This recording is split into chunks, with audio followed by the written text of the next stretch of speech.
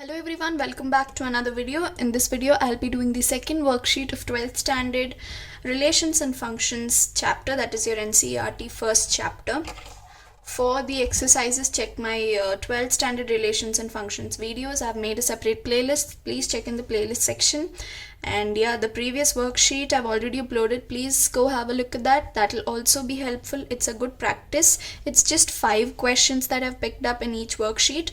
They are pretty easy, but the thing is, questions look complicated sometimes, right? So you need not worry when the questions look complicated, is what I want to convey every time. Okay, now without further ado, let's start. The first question says, if r is equal to a comma a cube such that a is a prime number less than 5, be a relation, find the range of r.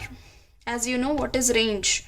If there is domain and codomain x and y, range is what? The elements of domain, that is this, the y, okay, the solutions basically, okay. The elements of the codomain are called as the range. You have to find out the range. Now it's pretty simple actually. A is prime number less than 5. What are the prime numbers less than 5? 2, 3. Only these two are the prime numbers less than 5. Now let us substitute it in the function given. That is, if I take first a to be 2, then it will be 2, what is 2 cube? 8. And what if I take 3? 3 cube is what? 27. So you've got your relation. Okay. Now what is the range here? 8 and 27. Very simple. See, though the question, looking at this, you might think that there's something else to do, but the question is very simple. This is how your questions are actually given in your board exams. They're very simple actually. Okay. Moving on to the second question. It says, if r is a relation defined on the set of natural numbers n as follows, x comma y such that x belongs to n, y belongs to n, and the function is this, 2x plus y is equal to 24, then find domain and range. They're asking both x and y. Say for example, if you look at this, the previous one, both x and y they want now. Okay, domain and codomain. Okay. Of the relation r. Also find if r is an equivalence relation or not. Now don't look at this. I'll tell you why have I written this. First off, they're asking you to find out both domain and codomain. What are you substituting in place of x and y is their question. And it is only natural numbers. Natural numbers begin from where? From 1 and goes up to infinity, right? So for that you need some variable in your left hand side, right? So let me bring y only to my left hand side because we need domain and codomain, right? So first we need the solution f of x, right? So let me bring y to the left hand side. So 2x plus y is equal to 24. Let me keep y on this side only and bring minus 2x here. So this is my function when I bring y to the left hand side. Okay, now starting from 1, go on substituting 1 in place of x and get your answers. Okay, since it was time consuming to write it in front of you guys, I've already written it and kept it ready. Okay, so y is equal to 24 minus 2 into 1. 2 into 1 is what?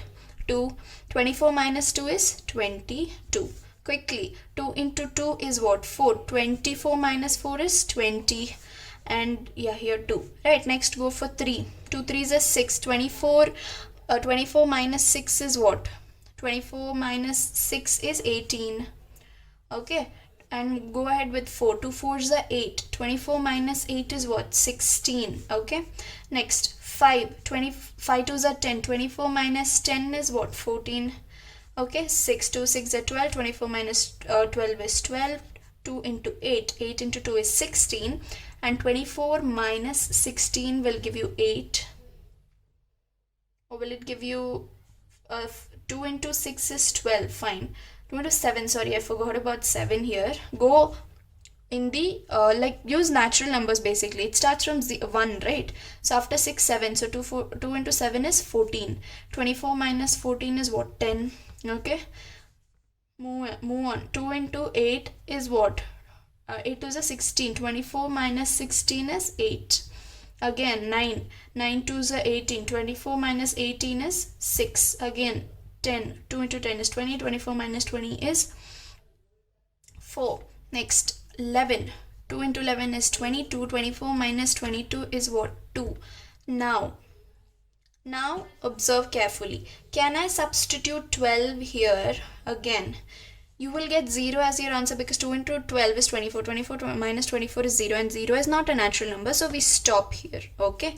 After I stop here, list down all these elements in form of a Cartesian product. That is, this is x and this is y. Right? Y is equal to this. And this is what? X. So list it down in the form of x comma y very quickly. 2 comma 20, 3 comma 18, 4 comma 16, 5 comma 14, and 6 comma 12, 7 comma 10, 8 comma 8. When you substitute 8, are you getting 8? 8 into 2 is 16, right? And 60, yeah, you're getting 8 only. 8 comma 8. And next you have 9 comma 6, 10 comma 4, and 11 comma 2, and that's it. Okay, so this is your domain and codomain. We have listed the domain and codomain. That is domain and okay. Domain is there. They asked us to list out the range also. So let us list them down separately if they want.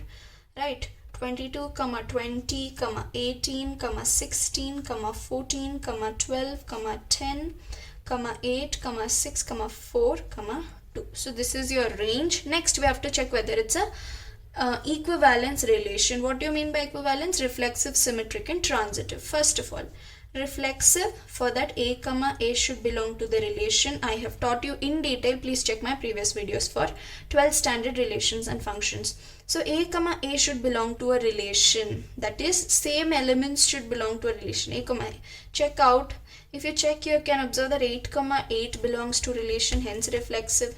For symmetric, as you know, a comma b and b comma a should belong to the relation.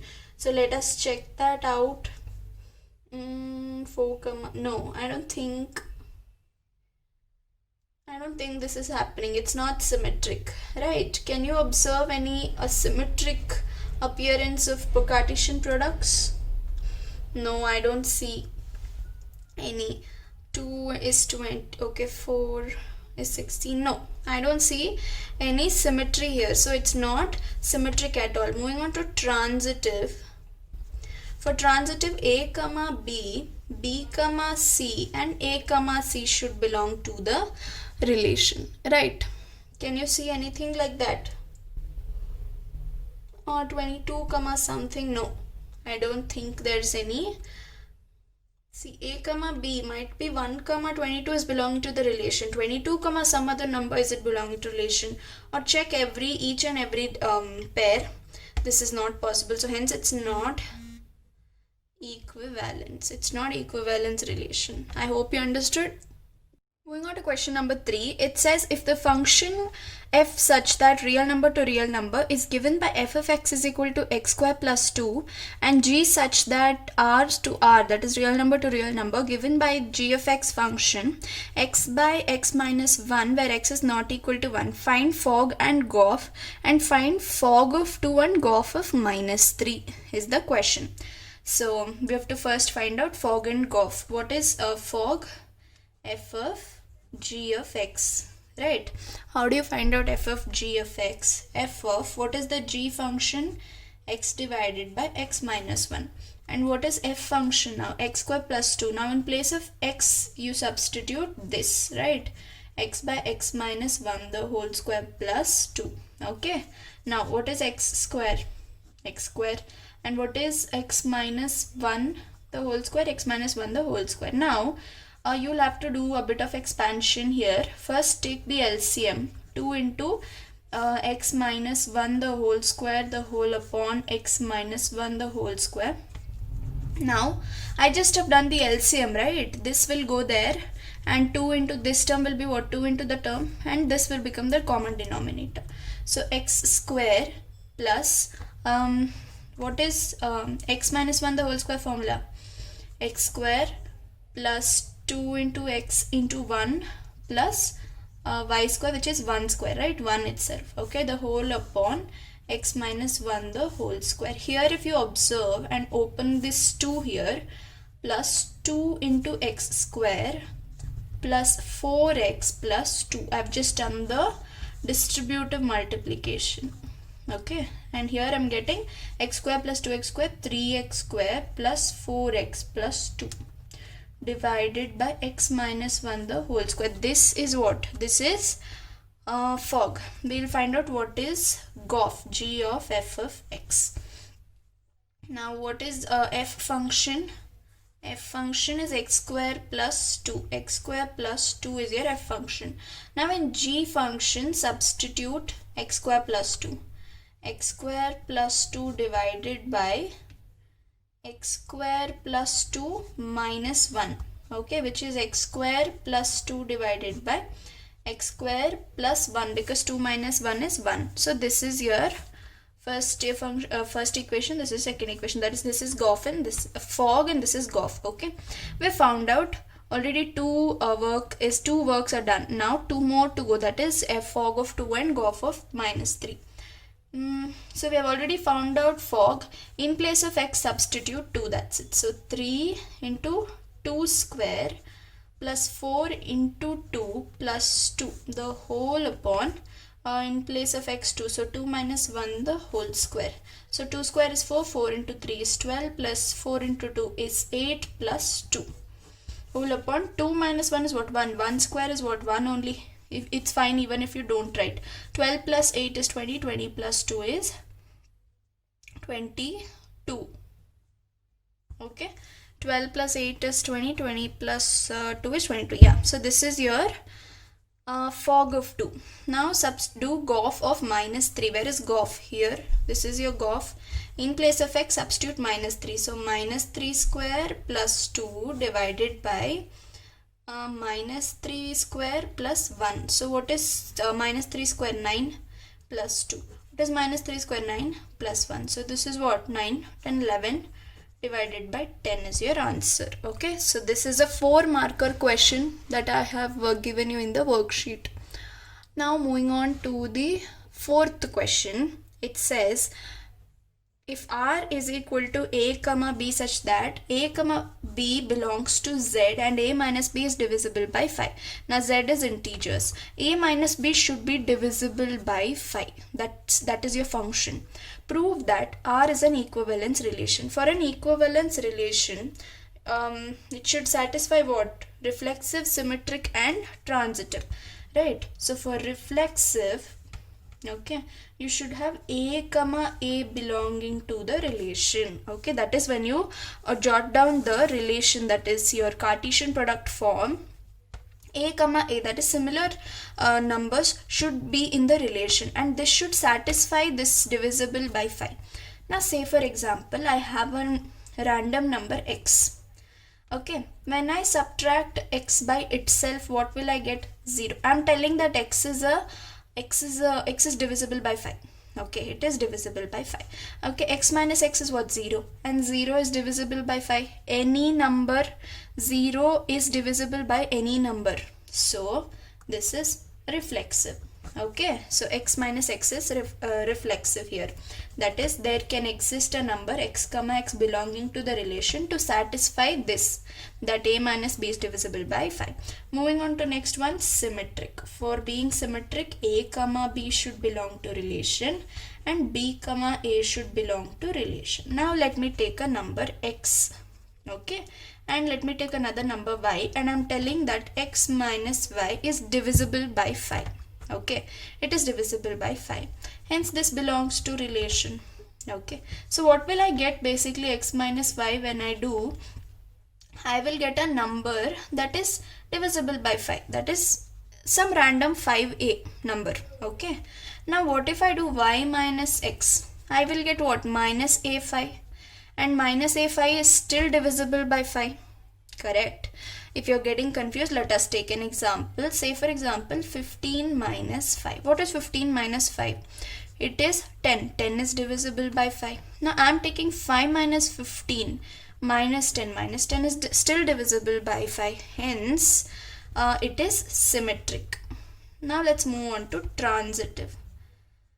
For transitive, as all of you know, A, B, B, C and A, C should belong to the relation. For this also, I will take a number example. It might confuse you if I take x and y.